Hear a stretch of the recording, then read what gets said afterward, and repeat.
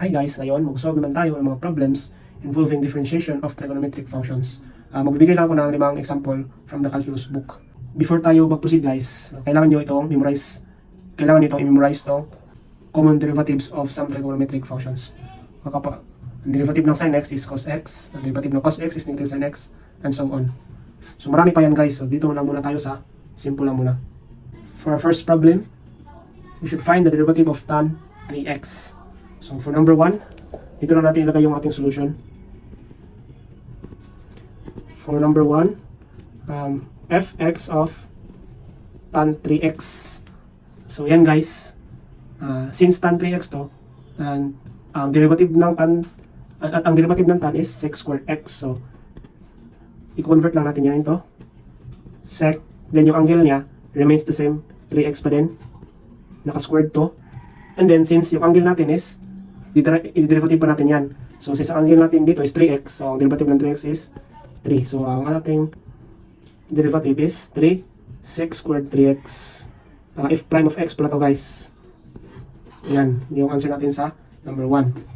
Then sa ating number 2 guys, number 2, the derivative of 2 sin y cos y. So we should find the derivative of this. So napansin nyo guys na dalawa na trigonometric elements dito, itong sin y at itong cos y, di ba? So dito magamit natin dito yung product rule, di ba? Dahil may dalawang trigonometric elements na may variable na y. So i-separate lang natin yung sin y at cos y. Itong constant, pwede natin yung gawing multiplier mamaya. No? Dito lang tayo mag-focus sa sin y at cos y. At ang formula natin sa ating product rule is u dv plus v du. Di ba guys? So mag-let u lang tayo dyan. Ikaw na bahala kung sin y or cos y yung i-let u natin. So ang let u natin is, halimbawa, itong sin y. Then ang du natin is yung derivative ng ating sin y. So anong derivative ng sin? From our chart here is cos, di ba? So cos at angle niya ay y. So y din dito. So ang v natin dito, ito lang, cos y, di ba? Cos y. Then yung derivative natin sa ating cos y is negative sin x, di ba? Negative sin, since y angle natin, y rin ang ilagay natin dito. So yan na, i-apply natin tong formula. At ito, hindi na f of x, f prime of x nang ilagay natin dyan. Since, dinifferentiate natin. From our formula, u dv plus v du. So ang u natin dito is sin y. Sin y times the dv, which is negative sin y, di ba?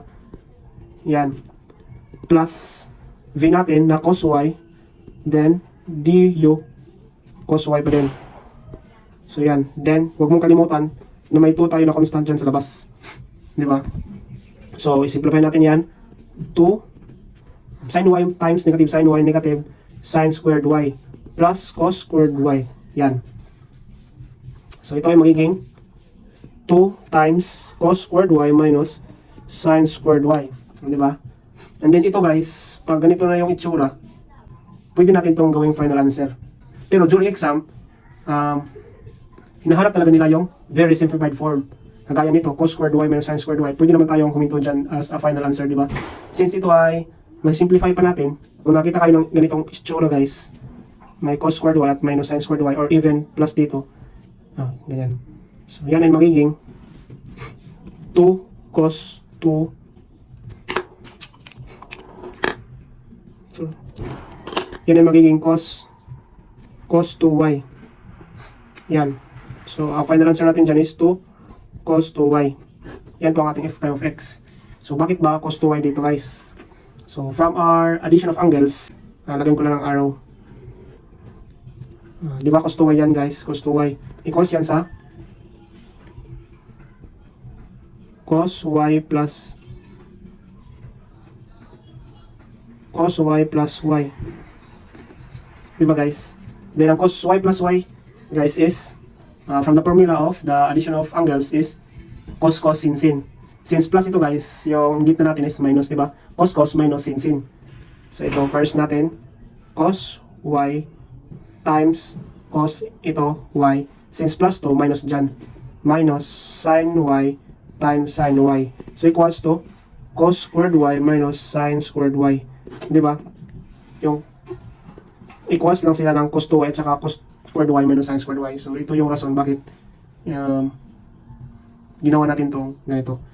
Para sa number 3 guys, ilagay ko lang dito sa another paper natin. Fx is equals to x squared tan squared x over 2. Yan guys. Napansin nyo na meron pa rin dalawang elements na merong variable. Itong x squared at itong trigonometric element na tan squared x over 2, di ba? So yan, yan yung situation, matik, ipaproduct natin yan, di ba? So mag-let yun na lang tayo at mag-let v dyan. Either ito x squared or tan squared yung i-let yun natin. So ang i-let yun ko dito is yung x squared na lang. X squared at then yung du natin, malamang itong derivative ng ating u which is 2x, di ba? And then yung v natin, itong tan squared x over 2 natin. Tan x over 2. Ganyan ko lang siya guys. Same pa rin yan sa tan squared x over 2 at saka tan x over 2 squared. Di ba? So ang derivative natin dito, yung dv natin is, dito din guys is general to. Pag nakaganito, naka-squared na yung trigonometric element natin. Like this. Since naka-squared yung tan natin, i-chain rule natin yan. From the chain rule, itong degree natin, ilalagay lang natin dito sa, ita-times natin sa ating tan x over 2. Then, magiging tan x over 2 na yan. Since nag-chain rule tayo, minus natin yan ng 1. 2 minus 1 is 1. So, hindi ko na ilalagay yung 1 dito sa exponent natin. Then, next is yung derivative ng chain rule natin, itong tan x over 2. So, anong derivative ng tan? Di ba ang sec squared, yung angle na x over 2. Yan, sec squared x over 2. Then, lastly, i-derivative naman natin to, angle natin na x over 2, which is 1/2. Di ba guys? So, yung dv natin, final dv, ito rin guys, yung 2 natin na constant at itong 1/2, makancel lang to. So, ang natira na lang dito is yung tan x over 2, sec squared x over 2. Yan na guys. So, gamitan natin ng formula. U dv plus v du. So, yung u natin dito guys is yung x squared. Ang dv natin itong tan x over 2 sec squared x over 2. Diba? U dv plus v du natin. Ang v natin is itong tan x over 2 squared times the du natin which is ang 2x. So, ang final answer natin dito guys, ang ating f prime of x is equals to, simplify lang natin yan, x squared tan x over 2 sec squared x over 2 plus tan squared x over 2.